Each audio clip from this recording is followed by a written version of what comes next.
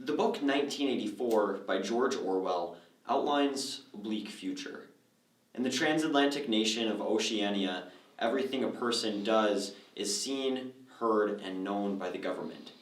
And if the government sees, hears, or knows of something it doesn't like, there will be consequences. While the 1984 depicted in the book is fictitious, sweeping surveillance and suppression of rights by governments around the globe is many people's reality. And if we don't hit the brakes and throw US and Western policy into reverse, it may well be our own. If we don't make a change, the terrors of 1984 will become the terrors of our 2000 and now.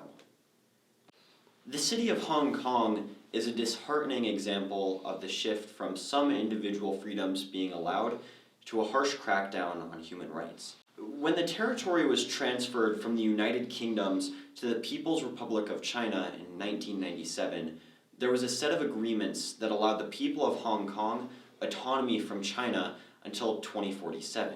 In other words, the agreement allowed for Hong Kong's people to hold many basic human rights not enjoyed in mainland China.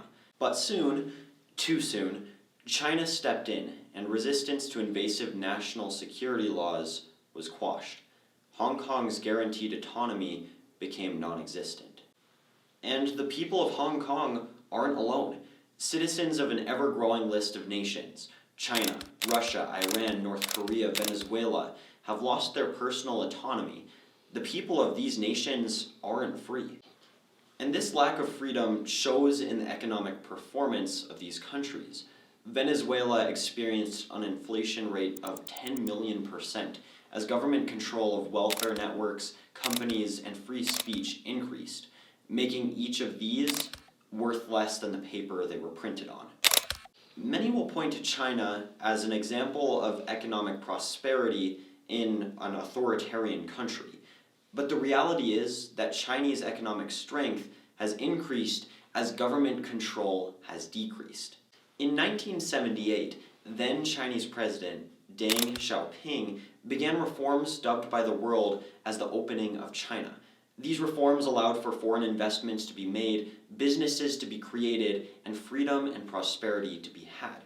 We can see the dramatic change in the growth of China's economy in the years following 1978. But the most important benefit we see in society when people maintain their liberties isn't the increased economic wealth.